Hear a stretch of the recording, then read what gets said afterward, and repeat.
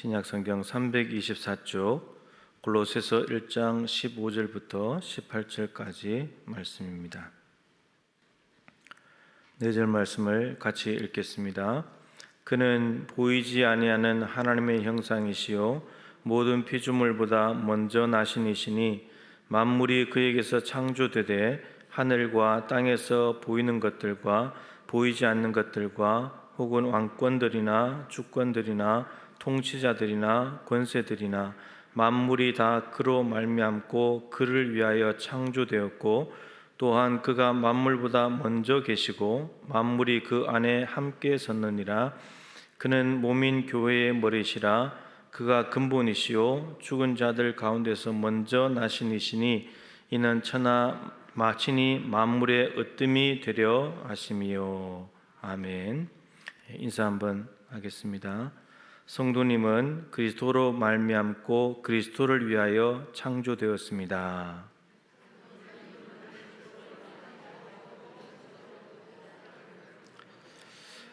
예, 16절 끝에 있는 부분으로 인사를 한 겁니다. 만물이 그로 말미암고 그를 위하여 창조되었다. 우리는 예수님으로 말미암아서 만들어졌고 예수님을 위해서 존재한다, 이런 말입니다. 우리는 우리를 만드신 분을 위해서 사는 거예요. 오늘 이제 그 말씀입니다. 자, 오늘은 이제 29쪽에 있는 30번 보겠습니다. 지금 승천하신 부분에 대해서 이제 몇 가지 질문을 가지고 우리가 살펴보고 있습니다. 자, 30번 제가 질문 읽을 텐데 여러분께서 한번 답을 천천히 읽어보시기 바랍니다. 왜 하나님 우편에 앉아 계시다가 라는 말이 덧붙여졌습니까? 자신을 자신의 교회의 머리로 나타내기 위해 하늘에 오르셨으며 이 그리스도를 통해 성부께서는 만물을 다스리신다는 것입니다. 예수님께서 우편에 앉아 계신다라고 하는 말은 의미가 우편에, 하나님 우편에 계시니까 저 위에 계신 분이잖아요. 그게 이제 교회의 머리다. 이제 이것을 나타내기 위한 것이고, 또 하나는 이 그리스도를 통해서 만물을 다스리신다. 이 의미가 들어있다는 거죠. 그러니까 저 위에 계시면서 이제 교회의 머리가 되시면서 교회뿐만 아니고 만물을 다스리신다. 이런 내용입니다. 오늘 읽었던 말씀도 이제 그런 내용입니다. 만물이 예수님으로 인해서 창조가 되었고, 그러니까 예수님이 그 천지 만물을 만들 때 이미 선재하고 계셨죠, 그죠? 존재하고 계셨습니다. 그렇기 때문에 예수님은 창조주이시고, 그 모든 피조물보다 먼저 계셨던 분, 먼저 존재하신 분이고요. 그래서 창조자이시면서 만드신 모든 것들을 다스리시고 통치하시는 분이다. 그래서 제가 오늘 설교 제목을 만물의 창조자와 통치자 이렇게 잡았습니다. 이게 예수님 안에서 다 이루어진 일이다라고 하는 거죠. 그럼 두 가지요. 만물이 예수님에 의해서 창조가 되었고 만물은 다 예수님을 위해서 존재한다. 근데 그 안에 교회가 있어요. 교회가. 그래서 오늘 본문의 18절에 그는 몸인 교회의 머리시라. 교회의 머리. 그리고 그러면 이제 교회는 예수님의 몸이고 예수님은 교회의 머리고 이런 관계입니다. 그러니까 바울이 이제 우리의 이 몸을 가지고, 인간의 몸을 가지고 머리는 예수 그리스도, 몸은 교회, 이렇게 이제 표현을 했습니다.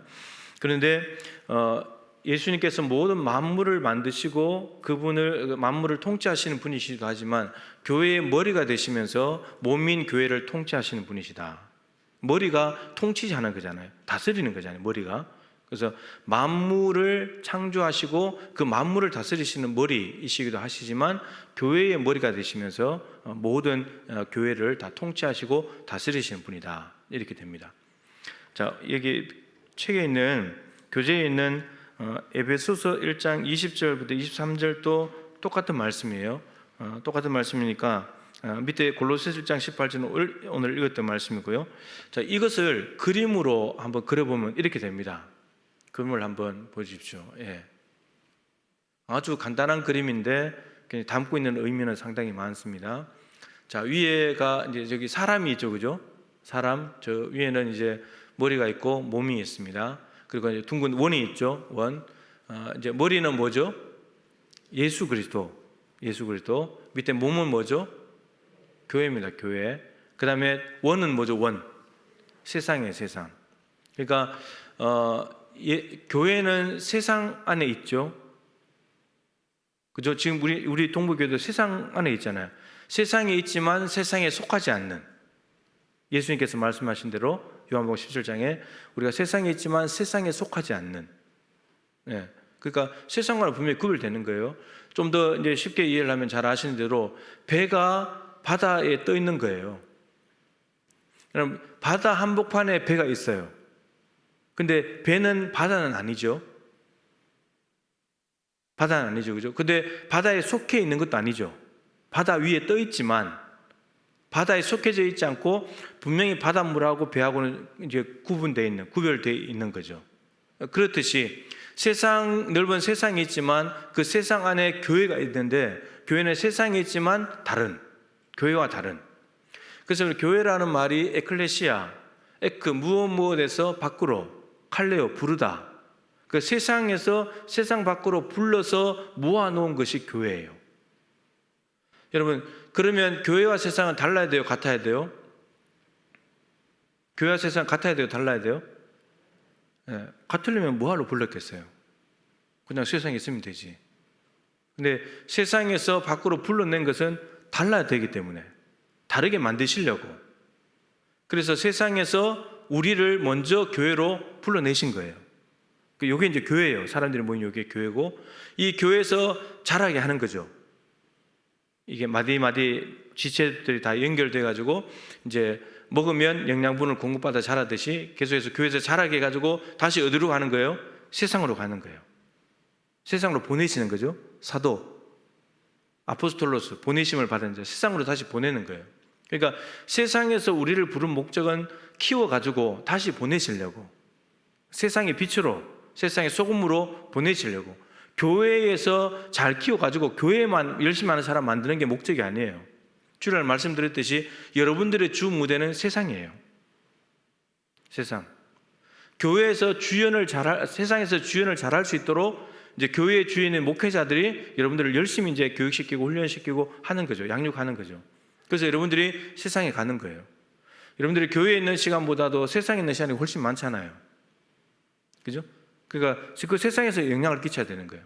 세상에 있지만 세상에 속하지 않는, 세상에 있지만 세상과 다르게 사는, 그게 교회의 존재 목적이에요. 그리고 교회는 하나님 나라를 보여주는 전진 기지잖아요. 가정과 아울러서. 그러면 교회는 세상을 향해서 늘 어두운 세상, 권사님 기도하시는 세상이 어두운데 그 어두운 세상에 빛을 비춰줘야 될 게 교회예요. 어두우면 여러분 길을 모르잖아요. 혼돈스럽잖아요. 어떻게 해야 될지, 무엇을 해야 될지, 어디로 가야 될지 모르잖아요. 그럴 때 세상 사람들이 교회가 이렇게 가야 돼, 저쪽으로 가야 돼, 이렇게 해야 돼, 이게 하는 게 교회예요. 자, 교회는 세상 안에 있지만 세상에 속하지 않는 교회인데, 근데 교회의 머리가 누구라는 거예요? 예수 그리스도예요. 머리와 몸은 붙어 있죠. 떨어질 수가 없는 거예요. 그래서 머리의 지시, 머리의 다스림, 머리를 따라서 몸은 움직이는 거예요. 그런데 머리가 분명히 뭐라고 명령하시고 지시하는데 몸이 안 움직인다. 이거는 뭔가 문제가 생긴 거예요. 병이 든 거죠. 병이 든 거예요. 그래서 늘 붙어 있는 것이고 언제나 머리 대신 예수 그리스도를 통해서 공급받고 예수 그리스도의 다스림을 받아야 되고 명령을 따라가야 되고. 그런데 예수님은 교회의 머리이실 뿐만 아니고 온 세상을 통치하시는 분이에요. 그래서 교회의 머리도 되시지만 원 위에 머리가 있잖아요. 예수 그리스도는 교회의 머리이실 뿐만 아니고 온 천지 만물의 머리가 되시는 분, 통치자가 되시는 분이다. 이게 에베소서 1장 27절부터 23절, 오늘 읽었던 골로새 1장 15절부터 18절 말씀을 그림으로 딱 나타낸다면 저 그림이에요. 저 그림만 딱 이렇게 머리에 담고 있어도 우리 교회가 어디에 속해져 있고 교회가 해야 될 일은 무엇이고 교회가 예수님과 어떤 관계를 맺어야 되고 세상과 어떤 관계를 맺어야 되고 이게 다 이해가 돼버려요. 여러분, 저 그림을 아주 단순한 건데 그냥 그려놓으시면 돼요. 사람 이렇게 한 개 그려가지고 이렇게 원 그리고 예수 그리스도 이렇게 표시하면 돼요. 그래서 우리는 저 세상에 있지만 머리 대신 예수님과 연결되어 있고 세상에 속하지 않고 머리 대신 예수님의 지시를 따라서 세상과 구별된 삶을 살아가는 교회 공동체다. 이게 이제 분명해지면 되는 거죠. 그래서 예수님은 자, 밑에 있는 구절을 읽어보시는 것이 좀 빠를 것 같네요. 마태복음 28장 18절 말씀 같이 읽어보죠. 예수께서 나와 말씀하여 이르시되 하늘과 땅의 모든 권세를 내게 주셨으니, 내게는 예수님이죠. 그럼 누가 주셨다는 거죠? 하나님께서 주신 거예요, 그죠? 근데 뭘 줬냐면 하늘과 땅의 모든 권세, 하늘과 땅 전부를 다스리는 권한을 주셨다는 거예요. 그러니까 세상의 통치자가 예수님인 거죠. 예수님 그런 분이에요. 그래서 제가 아까 찬송가 96장 4절을 다시 한번 일부러 부른 이유가 거기에 오늘 말씀이 딱 들어가 있는 절이기 때문에 다시 불렀어요. 교회의 머리가 되시며 또 통치자, 구원하실 구주가, 온 세상의 구주가 되시고 또 심판하시는 분, 네, 그런 겁니다. 누구도 이런 권세를 가질 수 없어요. 사실 이 땅에 있는 대통령을 비롯해서 다른 나라의 총리들이나 그런 사람들이 아무리 권한을 많이 가져본들 하나님, 자기보다 더 높으신 하나님이 있다는 것을 늘 생각을 해야 되는데 그 생각을 못 하는 거예요. 네. 하나님이 그 위에 통치자로 계시는데 이 땅에 있는 모든 것은 하나님이 주신 거고, 그죠? 하나님을 두려워하는 마음이 중요하다는 거죠. 자, 요한복음 5장 22절에 넘어가겠습니다. 다음에 이제 보게 될 텐데, 자, 다니엘서 7장 13절부터 14절 말씀을 보겠습니다. 화면에 보시면 있습니다. 같이 읽죠. 내가 또 밤 환상 중에 보니 인자 같은 이가 하늘 구름을 타고 와서 옛적부터 항상 계신 이에게 나와 그 앞으로 인도되매. 다시 돌아가서 13절. 자, 인자 같은, 이게 다니엘이 환상 중에 보는 건데, 인자 같은 이, 인자는 뭐죠? 예전에 이런 이름이 많았죠. 지금도 그런데 우리 교회도 이렇게 정자도 계시고 영자도 계시고 자자 들어간 이름 많은데, 저 인자는 이제 그런 이름이 아니고 사람의 아들인데 인자 같은 이잖아요. 인자가 아니고 인자 같은 이, 사람의 아들과 같은, 사람과 같은 존재라는 거죠. 그런데 하늘 구름을 타고 온대요. 여러분, 사람은 하늘 구름을 타고 올 수 있습니까? 못 오는 거죠. 그러니까 저게 이제 하나님 가르치는 분이 예수님인데 이제 신적인 존재라는 말이죠. 신적인 존재가 하늘 구름을 타고 오신다는 거예요. 그래서 옛적부터 항상 계신 이에게 나아가 그 앞으로 인도되매 하나님께로 이제 나아가는 거죠. 14절 보겠습니다. 자, 시작. 그에게 권세와 영광과 나라를 주고 모든 백성과 나라들과 다른 언어를 말하는 모든 자들이 그를 섬기게 하였으니 그의 권세는 소멸되지 아니하는 영원한 권세요 그의 나라는 멸망하지 아니할 것이니라. 그 인자 같은 이가 나왔는데 항상 예적부터 항상 계신 이에게, 근데 그 예적부터 항상 계신 이가 인자 같은 이에게 주는 겁니다. 그에게 뭘 주는 거죠? 권세와 영광과 나라를 주는 거예요. 그 아까 마태복음 28장 18절 읽었잖아요. 예수님께서 하늘과 땅의 모든 권세를 내게 주셨다. 그러니까 하나님이 예수님께 다 권세를 주신 거예요. 예수님은 이 땅에 계시면서 유대인들에게 고난을 당하고 멸시를 당하고 빌라도 총독에게 다스림을 당하고 사형 판결을 받고 집행을 당하는 것처럼 보이지만, 근데 실제로 그분의 정체성은 뭐냐면 모든 이 땅의 권세를 가지신 분, 통치자다, 이런 거죠. 그리고 모든 백성과 나라들과 다른 언어를 말하는 모든 자들이 그를 섬기게 하였으니, 지금 보면은 멸시를 당해서 비참하게 무능력하게 죽는 것 같지만 사실은 그분은 그럴 분이 아니라는 거죠. 모든 사람들의 무릎이 오히려 그분 앞에 꿇리게 될 것이고 그분을 섬기게 될, 그분은 섬김을 받으셔야 될 분이다라는 겁니다. 그런데 섬기러 오신 거죠. 그의 권세는 소멸되지 아니하는 영원한 권세요. 예수님께서 가지신 권세는 소멸될 수가 없습니다. 누가 소멸하겠습니까? 하나님이 주신 것이고 영원한 하나님이 주셨기 때문에 하나님이 거두시지 않는데 영원한 권세되고 그의 나라는 멸망하지 아니할 것이나 하나님의 나라는 멸망하지 않습니다. 영원한 나라이기 때문에. 저 다니엘서의 예언대로 이 땅에 예수님께서 하늘과 땅의 모든 권세를 가지고 오셨습니다. 그래서 통치자이시고 만물을 창조하신 분이다라는 거죠. 자, 이제 그 다음으로 넘어가겠습니다. 저 그림을 늘 염두에 두시면 좋겠고요. 자, 31번 읽겠습니다. 제가 읽으면 답을 한번 읽어보시기 바랍니다. 우리의 머리 되신 그리스도의 이 영광은 우리에게 무슨 유익을 줍니까? 첫째, 그분은 자신의 성령을 통해 자신의 지체인 우리 속에 하늘의 은사들을 부어주신다는 것입니다. 둘째, 그분은 모든 원수들을 대항하여 자신의 권능으로 우리를 보호하고 보존하신다는 것입니다. 예. 머리 대신 예수님께 붙어있는 교회, 우리 지체들에게 이 그리스도의 영광이 주는 유익이 뭐냐면은 첫 번째가 은사를 부어주신다.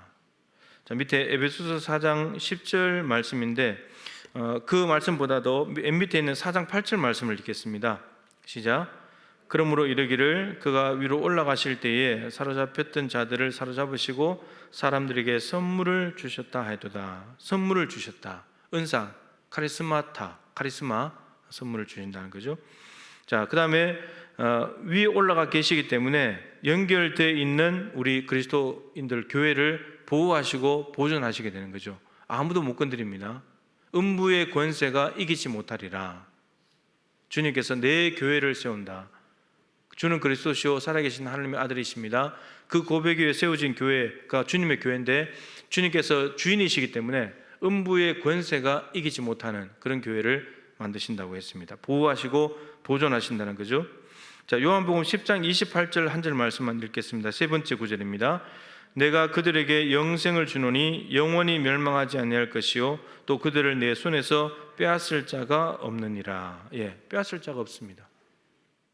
우리가 손을 놓지 않는 한 놓더라도 돌아오면 되는 건데 우리가 예수님을 거부하고 나 예수 안 믿습니다 하고 가버리면 어쩔 수 없지만 근데 예수님께서는 손을 놓을 이유가 전혀 없다, 마음이 없다라고 지금 말씀하고 있습니다.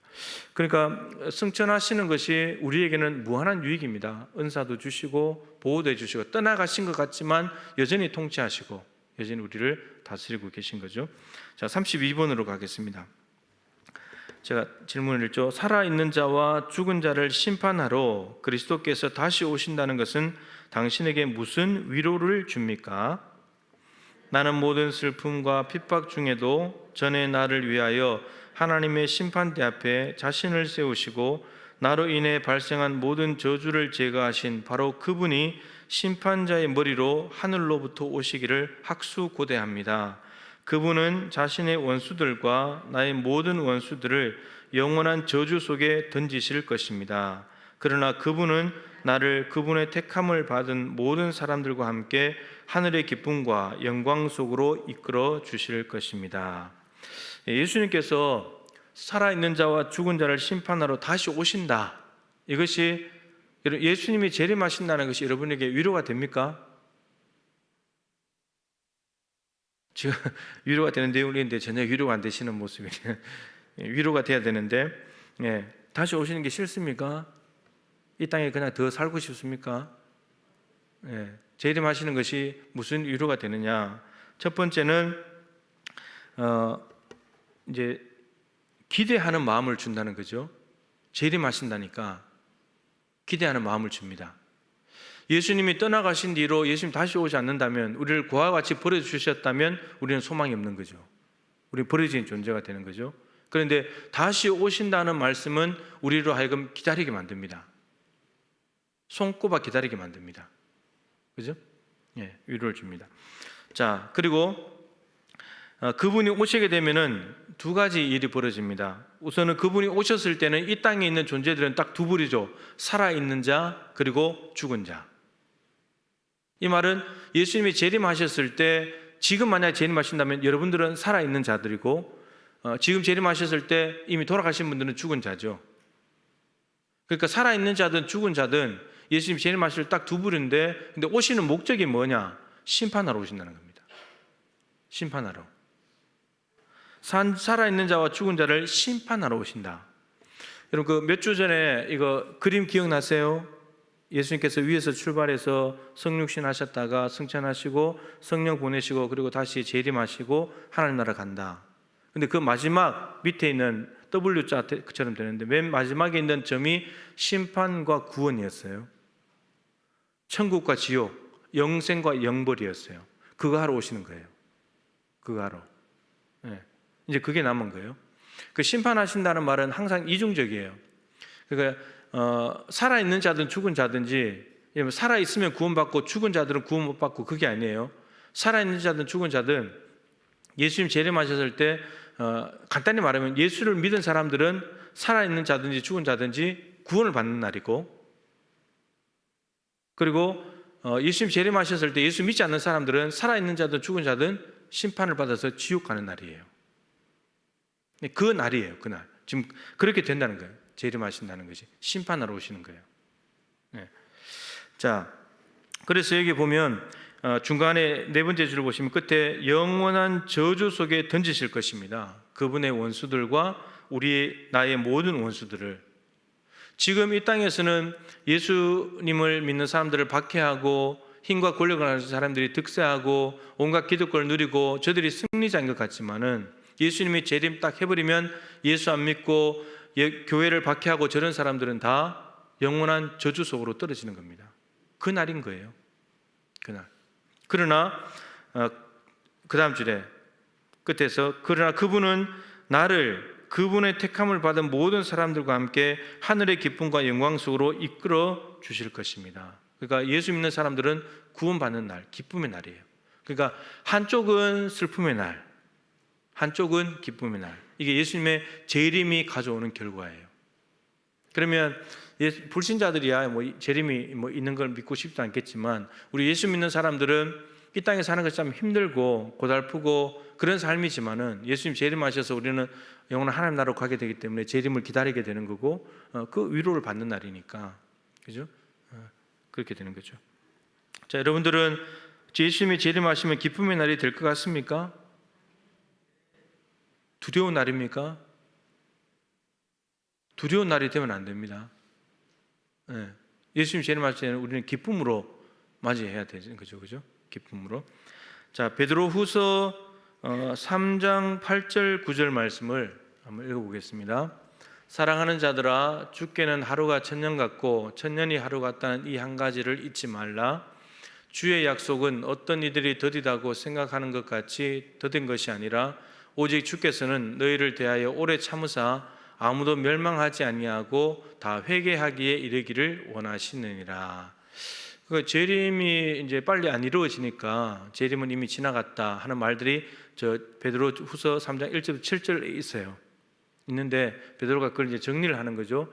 주께는 하루가 천년 같고 천년이 하루 같다. 우리가 볼 때는 천년, 2000년 지나갔던데 하나님께는 이틀밖에 안 지났어. 이런 겁니다. 그 시간 개념이 다르다는 거죠.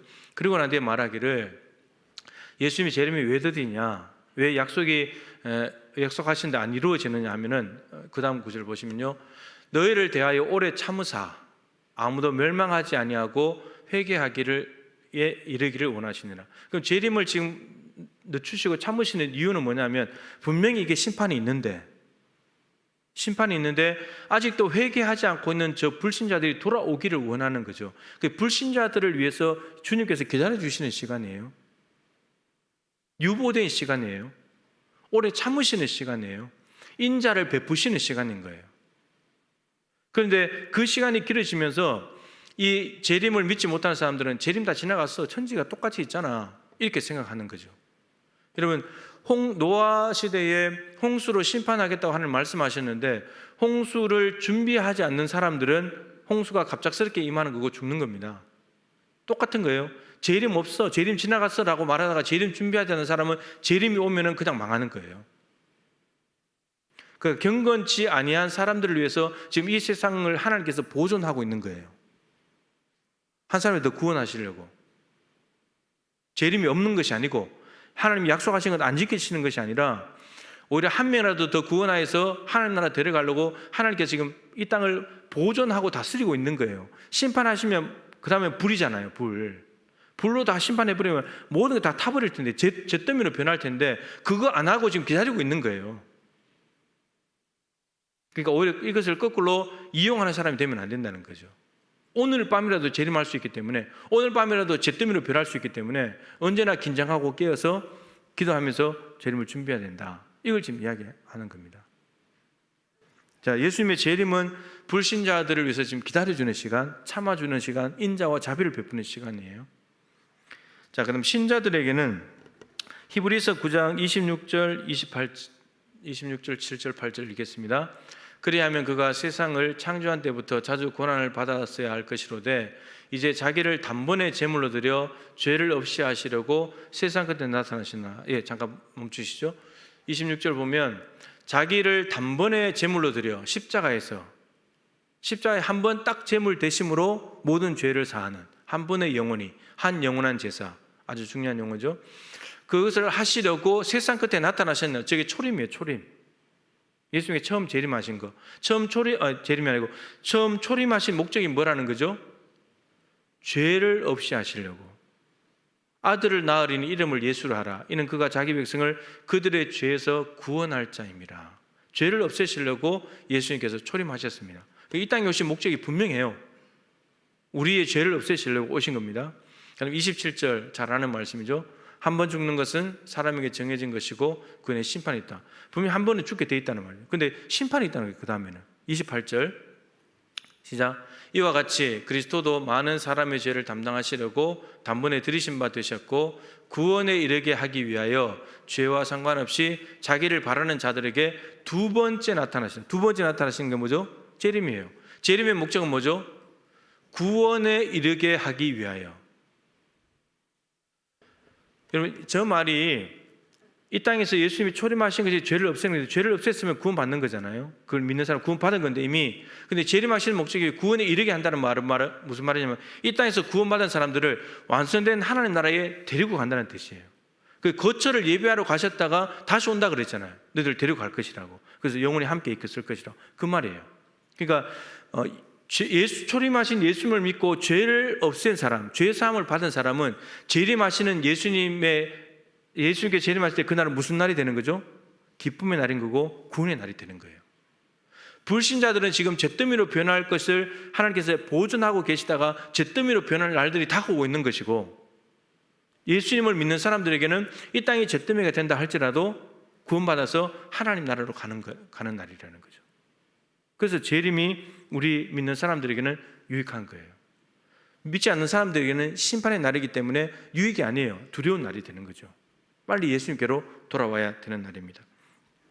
자, 옆에 있는 구절들은 다 이제 보시면 되는데 이걸 좀 정리해가지고 좀 다른 구절들로 연결해서 제가 설명을 하고 마치도록 하죠. 베드로후서 3장 10절부터 13절입니다. 자, 그럼 여러분 재림하신다면은 어떻게 준비를 해야 되냐 말이죠. 예수님 재림하신다면 우리 지금 재림이 점점 더 가까웠잖아요. 예수님이 재림하신다고 하고 승천하신 뒤에 2000년이 지나도 안 왔기 때문에, 그러면 안 온 걸로 봐서는 더딘 것 같은데 실제로는 2000년 전의 사람보다 우리가 재림이 더 가까워진 거죠. 지금 훨씬 가까워진 거죠. 그럼 우리가 재림을 어떻게 준비해야 되냐 말이에요. 이게 중요한 거 아닙니까? 재림이 분명히 있는 건데 신앙 고백을 하고 있고 예수님이 오신다 약속이 있기 때문에 반드시 지키는 건데, 그러면 그 재림을 우리는 어떻게 준비해야 되냐? 오셨을 때, 그죠? 준비해야 된다. 굳이 예수님 재림하시기 전에 우리가 죽어버린다면 죽을 때까지 우리는 어떻게 살아야 되냐 이 말이에요. 죽을 때까지는 어떻게 살아야 되고, 만약에 예수님 재림할 때가 살아있는다면 우리는 그때 어떻게 살아야 되냐. 그러니까 내가 개인적인 종말을 맞이해서 주님 앞에 가든지 예수님 재림하시는 간에 우리 죽을 때까지 늘 재림을 생각하면서 살아야 된다는 말이에요. 그럼 어떻게 살아야 되냐 이 말이죠. 베드로서 3장 10절부터 13절 말씀. 아까 예수님께서 회개하기를 원하기 때문에 기다린다 그랬죠, 그죠? 그러면서 베드로가 이렇게 말해요. 시작. 그러나 주의 날이 도둑같이 오리니 그날에는 하늘이 큰 소리로 떠나가고 물질이 뜨거운 불에 풀어지고 땅과 그 중에 있는 모든 일이 드러나다. 자, 주의 날이 도둑같이 온다는 거예요. 재림이 더딘 것 같이 안 오시는 것처럼 보이지만 사실은 도둑같이 온다는 말은 무슨 말이에요? 갑자기 온다는 말이에요. 도둑은 여러분 몰래 오잖아요, 그죠? 예수님이 몰래 오지 않아요. 천사장의 나팔 소리, 그죠? 온다 그랬잖아요, 그죠? 그렇기 때문에 누구나 다 알아차릴 수 있게 와요. 근데 그게 준비되지 않는 사람은 갑작스러운 거예요. 노아의 시대에 홍수가 났을 때 노아는 갑작스러운 일이었을까요? 아니었을까요? 갑작스러운 일이 아니에요. 준비했으니까. 근데 나머지 사람들은 갑작스러운 일인 거예요. 노아가 방주를 지은 기간이 최대 잡으면 몇 년 잡는다 그랬죠? 100년. 근데 100년 동안 비가 안 오고 비 오더라도 홍수 날 정도는 아니었으니까 안 망한다고 생각한 거죠. 그런데 갑자기 홍수가 나서 떠내려가면서 정말 노아 말이 맞았구나, 정말 홍수가 났는데 이러고 죽는 거예요. 똑같은 거예요. 재림 없어. 준비하지 않다가 갑자기 예수님이 재림하셔버리면 놀라는 거예요. 준비 안 된 사람들이에요. 그러면 이제 망하는 거예요. 그러니까 준비를 해야 된다 이거죠. 자, 그 다음에 근데 불에 모든 물질이 다 풀어진다. 이 말은 다 태워서 파괴된다는 말이에요. 노아 때는 물이었지만 이제 마지막 재림 때는 불이에요. 불로 다 타서 없어지는 거예요. 이 예배당도 물질입니다. 물질 다 불에 타서 없어지는 거예요. 다 없어지는 겁니다. 자, 그 다음 읽어보시죠. 11절. 이 모든 것이 이렇게 풀어지리니 너희가 어떠한 사람이 되어야 마땅하냐? 베드로가 이렇게 질문해요. 이렇게 모든 물질들이 재림하시면 다 불에 타서 없어질 텐데 그럼 우리가 어떤 사람이 되어야 되냐? 어떻게 준비해야 되지? 이렇게 질문을 하고 그리고 바로 답을 해요. 마지막 구절 읽어보시죠. 거룩한 행실과 경건함으로. 그 다음에 12절. 하나님의 날이 임하기를 바라보고 간절히 사모하라. 거룩한 행실과 경건함으로. 그럼 거룩한 행실을 예수님 재림하실 때까지 계속 해야 된다는 거예요. 계속 해 나가야 된다는 말입니다. 죽을 때까지, 예수님 재림하실 때까지 우리는 성화대에 가야 된다는 말이에요. 그게 저 거룩한 하나님 나라, 거룩하신 하나님이 다시 오신 것을 준비하는 사람의 자세라는 거예요. 경건해야 된대요. 경건하다는 말은 이제 뭐 잘 섬긴다, 하나님께 대하면 하나님을 두려워한다, 사람에게는 사람을 존경한다, 사람을 공경한다, 그런 거예요. 잘 섬긴다, 그런 말이에요. 그러니까 아래 위로 다, 위든 수평이든지 간에 늘 똑같은 성경의 정신, 하나님 사랑, 이웃 사랑, 늘 그런 정신으로 가는 거예요. 이러한 삶을 계속하면서 하나님의 날이, 재림의 날이 임하기를 바라보고 사모하래요. 그럼 거룩한 행실과 경건함으로 살지 않는 사람들은 준비하지 않는 거예요. 위를 바라보고 사모해야 돼요. 재림을 믿는다면 사모하라는 거예요. 사모하라고. 그날에 하늘에 불에 타서 풀어지고 물질이 뜨거운 불에 녹아지는, 다 타서 없어지는 거예요. 자, 13절. 우리는 그의 약속하신 대로 의가 있는 곳인 새 하늘과 새 땅을 바라보도다. 하나님 나라. 여러분, 이 땅의 것이 다 불에 타서 없어도 괜찮은 거예요. 예수 믿는 사람들은. 새 하늘과 새 땅, 하나님 나라가 있으니까.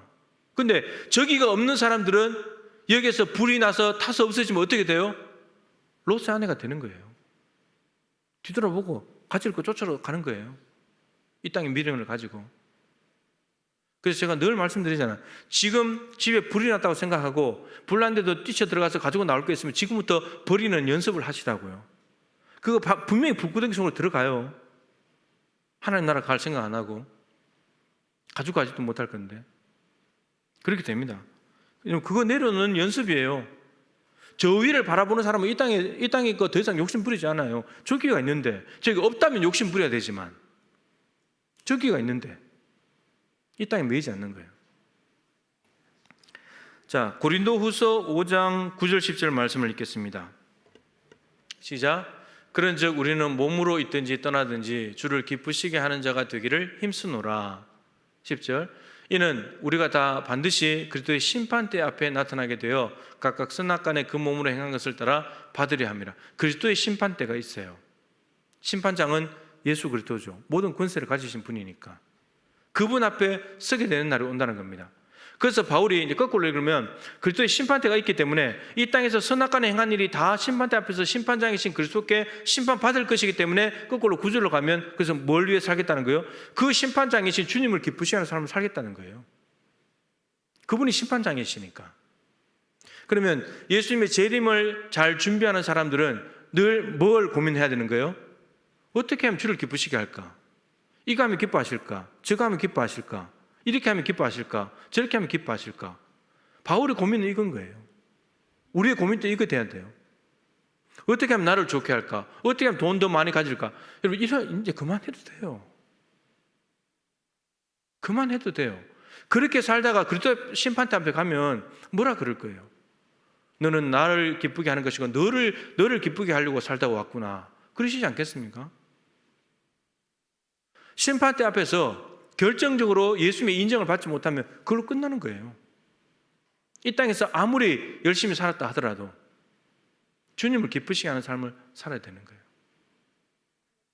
바울은 그게 예수님을 만나고 하는데 그게 목적이었어요. 그러니까 늘 그것만 생각하는 거예요. 그것만. 왜냐하면 예수님이 자기를 위해 죽어주셨으니까. 죄인 중에 괴수를, 교회를 박해한 사람을 보혈로 덮어주시고 구원해 주셨으니까 예수님을 위해서 사는 거예요. 다른 삶이 없는 거예요. 그분이 맡기신 일, 목숨보다 더 귀하게 여기면서 그분을 위해서만 사는 거예요. 여러분, 우리의 인생이 길지 않습니다. 주님을 기쁘시 하는 삶을 살아도 모자라요. 네, 정말 모자랍니다. 우리를 위해서 사는 거 다 흡입니다. 낭비예요. 네, 낭비하는 겁니다. 자, 마태복음 25장 21절입니다. 시작. 그 주인이 이르되 잘하였도다 착하고 충성된 종아 내가 적은 일에 충성하였음에 내가 많은 것을 내게 맡기리니 내 주인의 즐거움에 참여할지어다 하고 23절입니다. 그 주인이 이르되 잘하였도다 착하고 충성된 종아 내가 적은 일에 충성하였음에 내가 많은 것을 내게 맡기리니 내 주인의 즐거움에 참여할지어다 하고, 저 누구에게 한 말이죠? 5달란트, 2달란트 받은 사람에게 한 말씀입니다. 여러분, 틀린 글자 있나요? 21절, 23절 똑같은 말입니다. 그러니까 여러분, 달란트가, 우리는 자꾸 달란트에 주목하는데 달란트 비유라고 해놓으니까 5달란트, 2달란트 받았는데 여러분 3달란트 차이죠. 근데 이게 2배로 남겼죠. 그럼 10달란트고 4달란트면 6달란트 차이 나버려요. 달란트가 문제였다면 10달란트 받은 사람을 더 칭찬해야죠. 더 차이가 나버렸으니까. 근데 달란트를 가지고 칭찬하신 게 아니에요. 뭐죠? 내용이 착하고 충성된 종아. 적은 일에 충성하였으며, 달란트를 많이 남겼음에가 아니고 네가 적은 일에 충성했구나. 착하다는 말은 주인을 뜻을 제대로 이해한 거예요. 주인이 왜 맡겼는지를 아는 거예요. 그렇기 때문에 그 일에 충성하는 거예요. 근데 한 달란트 받은 사람은 악하고 게으른 종아, 주인이 어떤 분인지를 잘못 알았고 달란트를 왜 줬는지를 몰랐어요. 그러니까 땅에 묻어두고 시간 낭비했잖아요. 게으르게 산 거예요. 달란트 때문에 야단 맞은 게 아니에요. 그러니까 우리가 누구는 5달란트, 2달란트, 1달란트, 나는 왜 달란트가 적어, 나는 왜 많다고 줄 때릴 것도 아니고 적다고 기죽을 것도 아니에요. 그 문제 아니니까. 그거 받아가지고 받은 만큼 열심히 어떻게 살았나 이거예요. 여러분, 이게 종말 비유입니다. 예수님이 재림하셨을 때에, 주님 앞에 갔을 때에 벌어지는 일이에요. 여기 우리 안에는 5달란트 받은 사람이 있고 2달란트 받은 사람이 있고 1달란트 받은 사람이 있어요. 달란트는 차이가 있어요. 주인이 주는 사람이 마음이니까. 근데 그걸 가지고 어떻게 살았냐 하는 거예요. 1달란트 받은 사람도 충성했다면 착하고 충성된 종을 칭찬받았을 거예요. 여러분에게는 달란트를 어떻게 쓰고 계십니까? 어떻게 하고 계세요? 시간 잘 쓰고 계십니까? 시간 낭비하고 있지 않습니까? 그러면 게을러지는 거예요.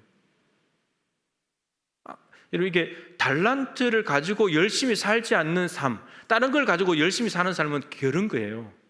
열심히 산 게 아니고, 달란트를 가지고 열심히 살아야 그게 열심히 산 거고, 달란트를 땅에 묻어둔 건 시간 낭비하기 때문에 게으른 거예요. 달란트에 대해서 게을렀잖아요.